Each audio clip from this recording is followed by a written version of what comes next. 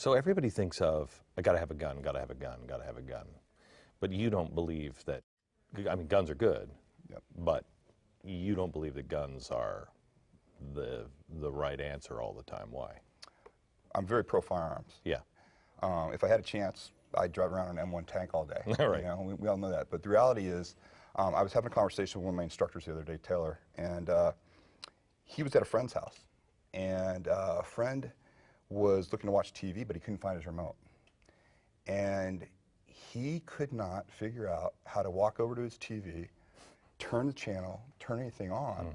And it hit Taylor at that point. He said, you know, Tim, he said, the firearms become our TV remote when it comes to self-protection. Right. And he said, unfortunately, there are those times where we're going to need to know how to get up and go over there and actually manually deal with the TV. And most of us have lost that capability. We forget that we live in a physical world. I don't think people even, I mean, when it comes down to it, you know, I was just watching a movie the other day, and it was The Walking Dead, and one of the guys pulled a gun on the other. Right. And I said to my wife, he's not going to pull a trigger. And the bad guys know you're going to pull the trigger or you're not going to pull the trigger. You know what I mean? Right. And so I don't think mentally we're even prepared to pull the trigger. I think actually being training to do hand-to-hand prepares you a little bit mentally, much more than just seeing a paper target, does it not? Yeah, and that's the dynamic of it. It's the actual, the targeting, the same approach that you use in firearms training is the approach that we use in a hand-to-hand system. You need that kinesthetic awareness is what you're talking about, that actually touching areas on the human body. When you lock that in, you know, and you understand where in the human body you get a result, that's with you. You know, if I talk about it, it's one thing. If I let you hear about it, it's another thing. If you actually have to step over there and touch these areas of the human body, see the results, and it locks it in. And what's great is it makes it even that much better if you have a device in your hand, if you're able to get to a firearm, if you're able to get to some sort of a improvised weapon. You know exactly where to go. Nothing changes, but that knowledge base and that familiarity is gone. That's really what's lacking. Probably, you know, things that 50 years ago, all of us had to learn basic self-protection. We pretty much outsourced that, Right. And it has horrible results at times. Right. The idea of, you know, when I was getting my firearms instruction, they said, never pick up a gun and point it at somebody unless you intend on killing them, shooting them and killing them. When it comes to what you train, you say you have to not wound them, you have to injure them, right? Yeah.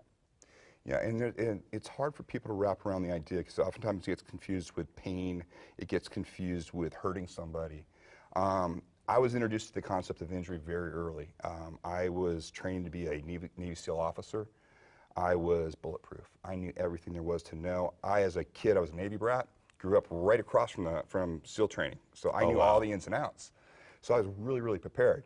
Number one in my class, I was ready. I was going to go to I was the anchor man, you know, which is the number one guy in the class.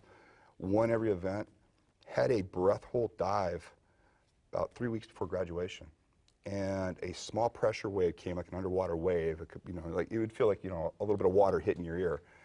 I have small eustachian tubes. Burst my eardrum.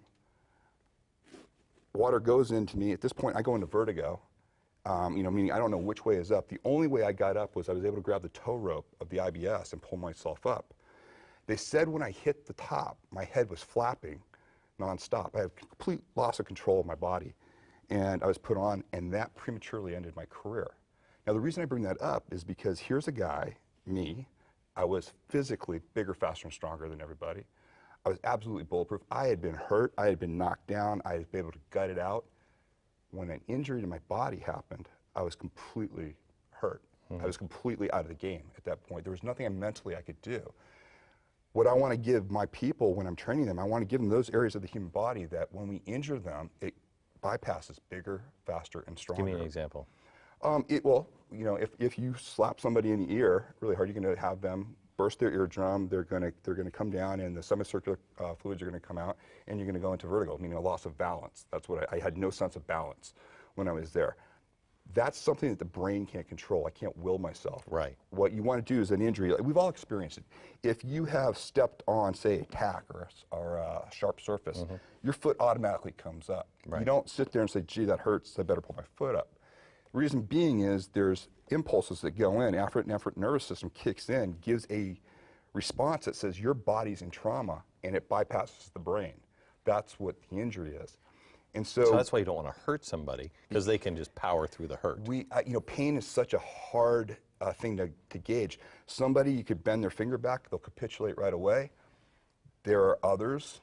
I'll give you a very perfect example. In Walmart, 2004 in Arkansas, Walmart incident. Police officer goes to make an arrest of a shoplifter. Notices a male coming at him with a hoodie, both hands in his pockets. Officer is aware, sits there, he looks over and he gives him a verbal, hey, show me your hands, show me your hands. The guy doesn't show his hands. Comes a little bit closer, officer realizes he has to take action. He says, show me your hands. The guy pulls out a knife, shows him the knife and tells the cop, I have a knife. Cop's a highly trained martial artist. Goes into action right away, realizes, hey, the distance is I have to take action. Runs in, it does a 90-degree wrist lock that absolutely snaps the guy's wrist, the bad guy's wrist, throws him up on the car as he comes around. And as that's being done, that's when the revolver comes out, the 5-shot revolver comes out. He willingly gave up his limb, knowing that I don't care about you breaking this to me because I know it'll get me to this, because you're going to focus on this. You're not going to focus on shutting the man down. Wow. And that's the commitment. So when I go to train people, that's my avatar. That's the guy I want to train you for. Because if you can handle that individual, everything else is easy.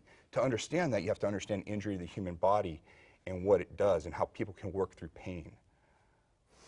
The one thing that I think works for you in some ways, because it says, okay, this is serious, but then works against you in some ways, because it's like, wow, that's really spooky sounding, is what you teach has been banned in the UK. Right. Why? It comes down to a misunderstanding of the idea that if we study the tool of violence, we somehow are either promoting violence or we're turning people into criminals. We're advocating criminal violence. It's very easy to soundbite me and make me sound like a maniac, and that's why doing a format like this is great, because I get a chance to explain. Sure. The best way to look at this is, how do we look at the tool? We get caught up with the ideas of the story. So let's imagine that there's a woman and she's downstairs in the kitchen just arranging things, getting ready to go to bed. Her infant son is upstairs, husband's gone, door gets kicked in. Guy comes in and assaults her. He's been watching for a couple days, knows that she's available. They get into an epic struggle right away. She's fearful. She knows her child's upstairs. She's giving the epic struggle, fighting back. He doesn't expect such resistance. They go back and forth. He gets frustrated because he can't control her at that point. He goes down, throws her on the ground, and looks up, and he sees a butcher's knife. He sees the butcher's block. He grabs that butcher's knife, and he plunges it in the side of her neck, murdering her. We as society would sit there and say, this man needs to be prosecuted to the full extent of the law. If there's a death penalty, he probably deserves it. At a minimum, he should never see the streets again. Let's look at the other side of that. Same scenario. Door gets kicked in. He attacks her right away. She's going back and forth. Epic struggle again. He throws her up against that same bar area, where now she looks back, realizes this guy's way too big, way too strong, but she sees that butcher's knife. She grabs that butcher's knife. She plunges it in the side of his neck, killing him. We as society would sit there and say, this woman needs to be protected to the full extent of the law. She should be lauded for not only protecting herself, but her child, and should face nothing other than a thank you from society. Mm-hmm. What I want people to understand is that the knife to the side of the neck worked each time. Didn't matter if it was the good guy or the bad guy. The tool itself worked. How it's used will be determined whether or not it was a good or bad use. But if I merely give you that information, it doesn't mean that I'm promoting violence. You need to understand, if my life is on the line, what works. I have news for you. If somebody kicks down my door, I want to know exactly where to put the knife. Absolutely. the reason this subject's so misunderstood is because of context. When you talk about this, if you put it in the wrong context, a lot of times when we take information like this, it's shown in the idea of a bar fight, the idea of somebody offends you verbally, somebody takes your parking space. Right. Literally, there are self-defense tapes that show people how to deal with this and how you beat the hell out of people like this. And so people say to me stuff like, Tim, you know, you do some pretty intense stuff, and there's pictures that the media loves to use of me, you know, going after somebody's eye. And they say, you know, why would you ever teach somebody how to do that? And I said, well, you're right. I said, I mean, if I'm at the Whole Foods parking lot and I'm waiting patiently for 5 minutes for this one parking space, and the guy in the Mercedes pulls out and the little Prius pulls in right away, grabbing my spot, that's just going to incense me. I'm going to get out of that car. I'm going to run over there. As he gets out, I'm going to grab him, throw him down, I'm going to gouge his eye out. Exactly. Right. Or I'm at a bar. I'm sitting down on my bar stool. I go to get up. This guy knocks into me, knocks a drink all over me, and keeps going. Doesn't say anything to me. Throw that down, get over there, grab him, throw him down, and I'm going to gouge his eye out. And again, people go, whoa, that's 16. But if I say, I was at Sandy Hook, 3 kids have already been shot, I saw the shooter drop down for a reload, I knew it was my opportunity to do something, I had to do something. I charged over there, I was able to knock him on the ground, and the first thing I saw was that eye, and I was able to get in, and I was able to gouge that eye, and I was able to stop him from shooting anybody else. All of a sudden, nobody's laughing anymore, they want to know exactly how you get that information. And that's the problem. The problem is people can't imagine that we live in a world still where it's a black swan event, but if it's there, you need something in the toolbox. And that's why I give this information. Unfortunately, some places like the UK have a hard time empowering their citizens. And it was easy to soundbite me to make it sound like I was advocating violence, which was ridiculous. It was a very deliberate attempt by one particular MP who was embarrassed in the fact that I was training in her area, and there was a lot of knife crime. And when that was pointed out, not by me, but by the other people in the panel, she waited, and she had another MP there in the green room with her. And 4 years later, I was interviewed, 6 years later, I was interviewed after the riots that came out. And everybody asked me, what do you think about the fact that we had these riots and people had to respond, and self-defense laws were really hard. And I said, yeah, I go, it shows people were facing grievous bodily harm, and they were more concerned, because of the way the laws were done, of how they were going to be prosecuted should they protect themselves. I said, people are literally thinking that. And I mean, there's tons of examples of that. Yeah. Gave straight interviews to everybody on that. BBC, they were fine. Guardian was fine. The Times, everybody reported straight. The Mirror took my last question. The last question that the BBC interviewer asked me was, hey, we know you come here a lot. Are you planning on going to any of the riot areas after? And I said, yes, I've been invited by 2 clients, and they want me to come out, one in Birmingham and one in Tottenham. And they want to show me where they recognize the idea of asocial violence, which is, that's what you have to notice. When it goes to an asocial, where there's no communication and violence is imminent, that's one of the hallmarks of what I teach. And they wanted to show, hey, Tim, it happened here. I saw it happen. Before it got really bad, I recognized the cues and I got out of there. Boom. Everybody reports that straight, except the Mirror. The Mirror is like a tabloid over there, kind of like our National Enquirer. And the Mirror puts a huge headline on one of their pages saying, Larkin to lead riot tour. And basically said, I'm going to go around and rabble-rouse and I'm going to do all this. I said, well, we dismissed it. We thought it was no big deal. That MP that was on the talk show that embarrassed me used that, sent it into her friend that was in there, who is now the Home Secretary. Wow. Got issued a ban right away. There's a lot of knee-jerk right after that, a lot of fear. But they gave me a travel ban because of that, because they find it more dangerous that I would actually give citizens useful information to protect themselves. They find that more scary than some of the violence that they're facing over there, which is horrific. And the world is starting to look at violence all around. I mean, society is starting to cave in many places in the world. I hope to God it doesn't happen here, but it's starting to come apart at the seams.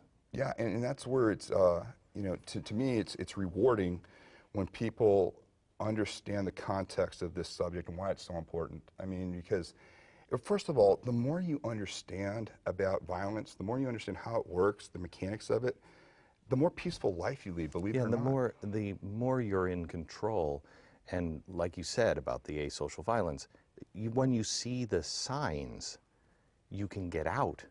You know, the number one thing you do, I would imagine, I think you would agree with this, is can I get out? Absolutely. Get out. But once the getting out is gone, but with your training, you can see at times, you can see where the violence is, and you can avoid it first. Absolutely. That's a huge tool, just Yeah. avoidance. And that's the problem. Getting that across to people is the most important thing to me. Listen, the physical training that we give you is very direct, and it's very, very useful there. But the goal that I have with everybody is this awareness of the difference of what is avoidable and what is absolutely unavoidable, meaning the antisocial aggression, all the things I don't have to participate in. They're unpleasant, but I have a choice to leave. Get out. It's more important that people recognize when there is no choice. The other misconception is that people believe that there's a need for years and years of training to be able to become competent in this. If you're looking at a competitive martial art or a combat sport, that would be the case. Rules, weight classes, skill against skill. When it's talking about pure destruction and violence, the hard fact is this: the best information comes from the worst people. They reside in our prison systems. They're absolutely good at using violence as a tool. And the other factor that you have to put in there is they have zero training in combat sports or martial arts. Right. Zero. But they have intent. They understand how to use the tool of violence. It's not something that requires, it's almost like we would feel good in some way, give ourselves a pass by saying, well, it's too complicated. You know, I have to be in great shape. I have to be this. Right. But that's not the case at all. It's really just understanding this. I mean, the assumption that we always make is that the person is bigger, faster, and stronger. He's going to carry weapons, and there's going to be more than one. So you need to have training, you need to approach your training from that aspect, because if you handle those parameters within your training, then everything else kind of falls into shape. And that's the problem when you look at violence. It's very different than competition. I love the UFC. I love combat sports. I grew up with all of that. I live in Vegas, you know, I'm right there training across. But here's what people don't understand, and this is not to say one is better than the other.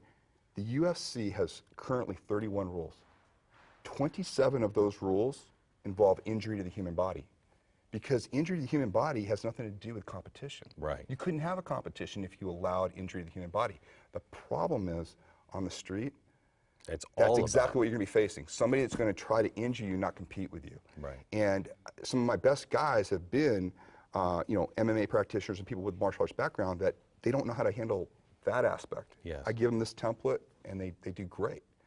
But it's really just one of those things you want to get across to people, that it's not something that requires incredible athleticism, or if it did, you know, we wouldn't be around as a human Correct. race. You know, if we had to be bigger, faster, and stronger, we just look at the animal kingdom. I mean, that's not us. You're giving me the tools for a guy like me to be able to beat a guy like you. Absolutely, because I'm going to give you an opportunity, and you're going to know how to exploit it. Right. That's really what it's all about. And then what I'm really hoping is that when people go through the training, there's always a behavioral change, which is huge, where they stop taking those unnecessary risks. They start changing the way they operate in their life. They minimize the chance for violence. I am really glad that you use your power for good as opposed to evil. You know, just after that, you know, that discussion, if I had these two guys here, and just go ahead and just, if you found yourself now in this position, this is your starting point. And I'm You just said there, you go, what opportunities would you see? Would you see available to you just based on because of our conversation, I'd reach for his eyes and try to gouge his head. You reach for his eyes? Okay, so I'd kick him in the middle of the pants area. Can you kind of show when you said, like, can you just lift your leg for the pant area? Okay. So that's not really too far away. No, that's not wrong at all. You can achieve that. I would come underneath, maybe. Come underneath, okay. Cool. Like that. Yeah, great. No, and that's all valid. It's all valid stuff. You want to know what I do? What?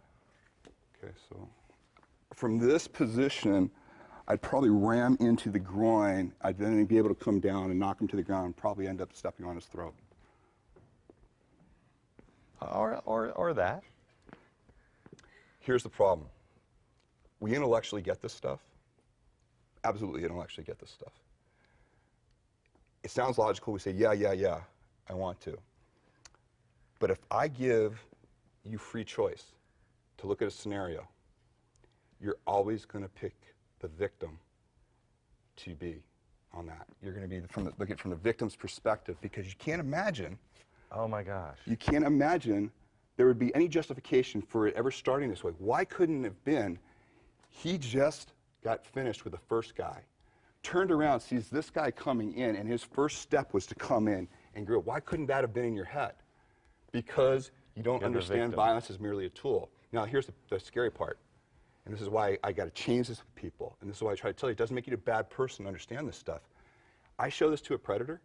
I show this to some of the alphas that I'm interviewing right now for my next book. They look at any scenario like that, they never see themselves from the victim's perspective. They only see themselves using the tools successfully. I can't emphasize how fast, it's changing that mindset, telling people that it's okay. It doesn't make me bad because I view something from an idea of, hey, what works and what doesn't work. But this idea of always looking at things from the victim's mindset and trying to undo, it's deadly.